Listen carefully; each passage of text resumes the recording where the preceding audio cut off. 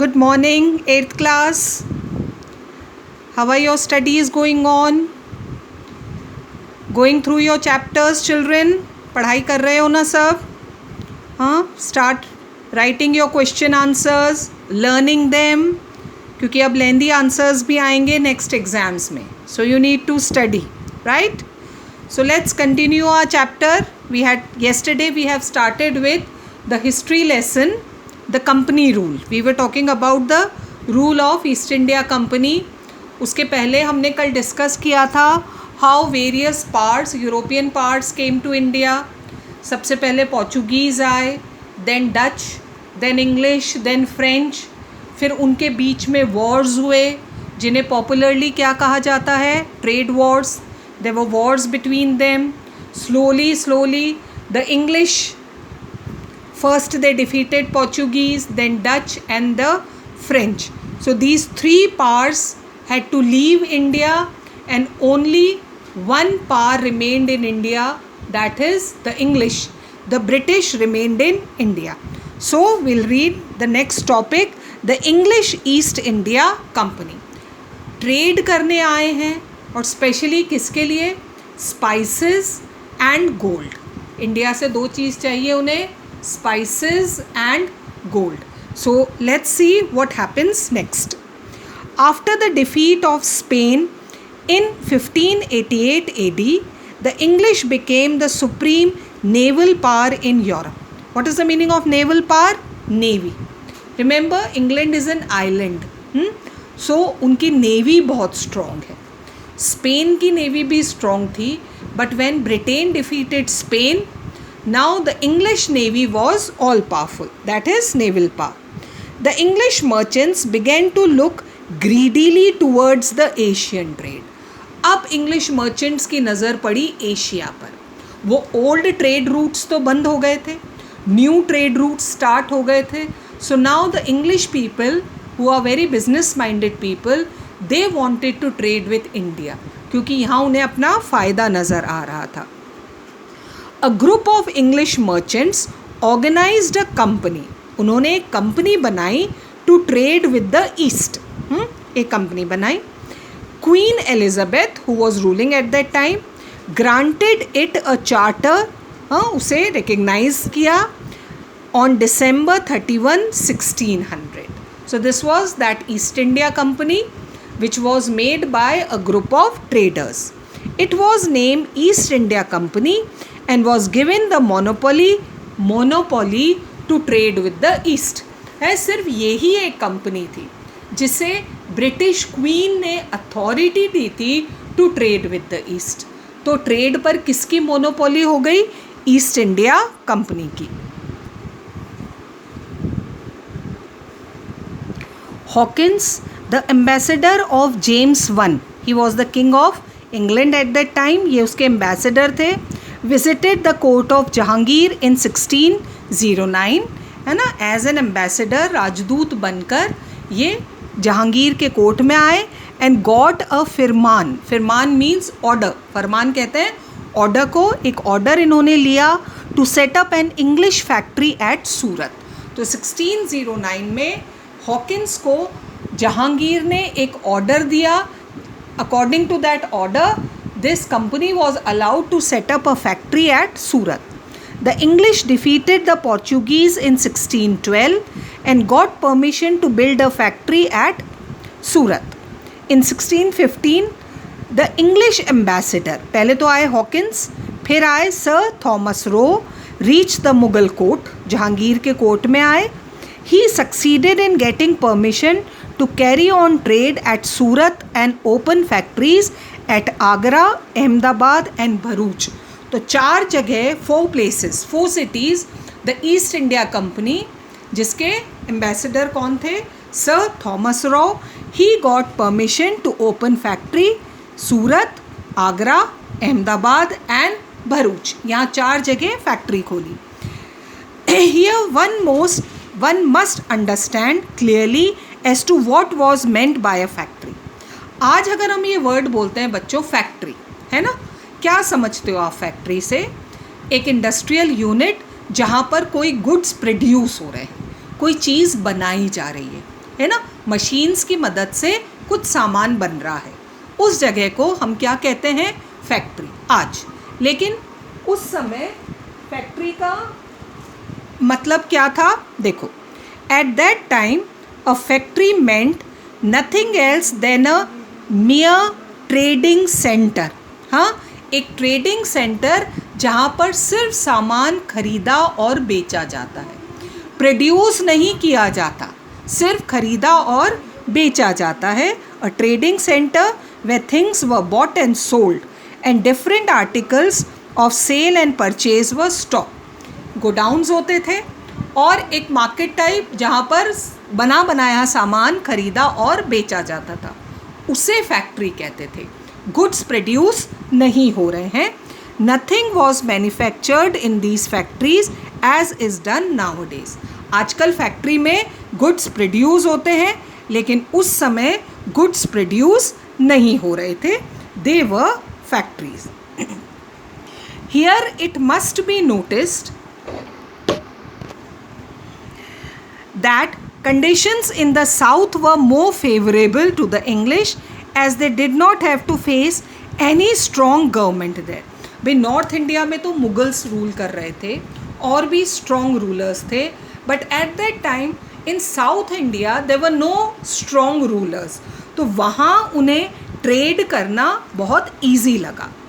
In 1639 they obtained a piece of land, खरीदा उन्होंने, they bought a piece of land from the Raja of Chandragiri and founded the city of Madras, जिसे आज हम चेन्नई कहते हैं। तो उन्होंने एक नया शहर बसाया ऑन द ईस्ट कोस्ट। अभी तक वेस्ट कोस्ट पे काम हो रहा है सारा, अब ईस्ट कोस्ट पे भी। Here the English built a fort around that factory, वही उन्होंने वहाँ फैक्ट्री खोली। फैक्ट्री क्या थी, वे things were bought and sold, production नहीं हो रहा है। तो अब उन्होंने चंद्रागिरी के राजा से एक लैंड लिया और मद्रास सिटी बनाई। The English built a fort around this factory, और ये फोर्ट क्या कहलाता है आज, फोर्ट सेंट जॉर्ज, फोर्ट का नेम है। It became the headquarters of the English settlements in India. तो उस समय this Fort Saint George in Madras became the headquarters of British. Then in 1650 the company was allowed to trade in Bengal and set up factories at Hooghly and other places. देखो उन्होंने west coast पर काम शुरू कर दिया, Surat, Ahmedabad, Bharuch. Then they went to south India, east coast, Madras city उन्होंने बनाई और वहाँ पर अपनी फैक्ट्री फोर्ट बनाया। Then they went to Bengal and there they set up factories at Hooghly and other places. Factory वही जो हमने अभी समझा, ठीक। In 1661 चार्ल्स सेकेंड, ये हमने कल भी पढ़ा था, the king of England allowed the East India Company to issue coins. बहुत बड़ी बात है ये कि एक प्राइवेट कंपनी अपने खुद के कॉइन्स, अदरवाइज क्या होता है बच्चों, currency is always issued by the government of the country. Private person या प्राइवेट कंपनी को अलाउ नहीं होता है करेंसी इशू करना, बट हियर जो किंग है इंग्लैंड के, Charles second, he allowed East India Company to issue coins, to build forts, to maintain an army. देखो एक कंपनी को कितनी सारी फैसिलिटीज़ दी जा रही हैं, खुद के कॉइन्स, खुद के forts, to maintain an army and to declare war and make peace as the necessity arose. मतलब इंडिया में उन्हें फुल फ्रीडम दी गई, सिर्फ ट्रेड करने की नहीं, और भी जो कुछ। अब आर्मी की ज़रूरत ट्रेड के लिए नहीं होती है, army, you need an army to fight, to capture, to conquer. तो ये सब परमिशंस किंग चार्ल्स ने ईस्ट इंडिया कंपनी को दी। Charles second got the island of Mumbai, है ना, as a dowry from Portugal, वो उन्हें हमने कल पढ़ा था, बॉम्बे उन्हें मिला था as a dowry. He handed over Mumbai to the company in 1668, तो बॉम्बे भी उन्होंने ईस्ट इंडिया कंपनी को दे दिया। And it was immediately fortified, fortified का मतलब वहाँ पर किला बनाया गया, एक फोर्ट बनाया ईस्ट इंडिया कंपनी ने। A little letter after few years The company was granted exemption, maafi, from the payment of custom duties in Bengal, in return for rupees 3000 a year. The ruler of Bengal, जो भी ruler थे उस समय बंगाल के, उन्होंने company से कितना पैसे लेते थे वो? एवरी ईयर ही टुक रुपीज़ 3000, और बदले में उन्हें कस्टम ड्यूटी नहीं देनी पड़ती थी. So this was in Bengal and the king got rupees 3000 a year.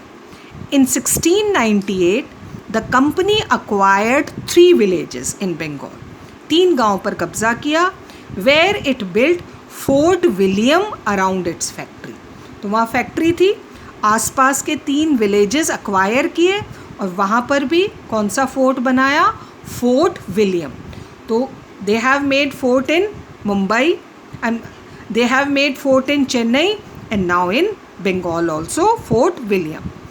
These villages soon grew into a city which came to be known as Calcutta. और फिर धीरे धीरे डेवलपमेंट होते होते क्या कौन सी सिटी डेवलप हो गई वहाँ पर? Calcutta. Today we know it as Kolkata. The company took advantage of the unstable political condition of India. जिस समय की हम ये स्टोरी पढ़ रहे हैं बच्चों, उस समय इंडिया की पॉलिटिकल कंडीशन बहुत ख़राब थी, है ना. The Kings were fighting among themselves, Wars were going on between kingdoms, है ना. राजा आपस में लड़ रहे थे, कोई एक स्ट्रॉन्ग किंग नहीं था उस समय इंडिया का. सो इस चीज़ का फ़ायदा उठाया ईस्ट इंडिया कंपनी ने and succeeded in establishing British rule in India. और इस क्योंकि उनकी अपनी आर्मी तो थी ही, उसके बाद उन लोगों के पास अपने खुद के डेवलप्ड वेपन्स भी थे जो इंडियंस के पास नहीं थे, और इसकी हेल्प से एक राजा को दूसरे राजा के खिलाफ हेल्प करते, और इस तरह से धीरे धीरे उन्होंने अपनी पोजीशन स्ट्रॉन्ग करी and they started ruling over India. The English came as traders and became the masters. तो आए तो क्या थे वो? एक ट्रेडर्स बनकर, स्पाइसेस, गोल्ड, इसमें बिजनेस करने आए थे. बिजनेस सेंटर्स ओपन किए, पर धीरे धीरे slowly they became so powerful that they became the rulers of the country, the masters of this country in due course of time, है ना. Slowly with the help of the army they became the masters of the country. इतना समझ में आया how east India company became the rulers of our country. Now next topic that we have is struggle for territory, wars and Indian rulers. अब कैसे एक तरफ Indian rulers का rule है और दूसरी तरफ Britishers want to establish the rule over India. So war against the Bengal ruler, the Battle of Plassey. ऐसा कहा जाता है बच्चों कि जो बैटल ऑफ प्लासी हुआ था 1757 में, इसके साथ ब्रिटिश रूल स्टार्ट हुआ इंडिया में. This was the war which started the establishment of British rule in India. The beginning of the British political sway over India may be trace to the battle of Plassey in 1757. इस battle के साथ British rule start हुआ India में. Underline करके रखो, this battle was fought between the English and Sirajuddaulah, that was the Nawab of Bengal. इन दोनों के बीच में ये बैटल हुआ था in 1757. There were many areas of conflict between the Bengal Nawabs and the East India Company. The Battle of Plassey हुआ in 1757 between the Nawab of Bengal and East India Company. There were many causes for this Battle of Plassey. बहुत सारे ऐसे कारण थे, हाँ, लड़ाई के causes थे जिसकी वजह से ये Battle of Plassey हुआ. The causes we'll start tomorrow. तो अभी आज हमने समझा how East India Company came to India. From Jahangir's court they took concessions, order लिए, then they set up factories at different places. पहले West Coast, फिर East Coast, then Kolkata, city of Madras and city of Calcutta was established. Forts बनाए उन्होंने, and slowly slowly they became the masters of a country. तो causes will start tomorrow. Till then keep reading.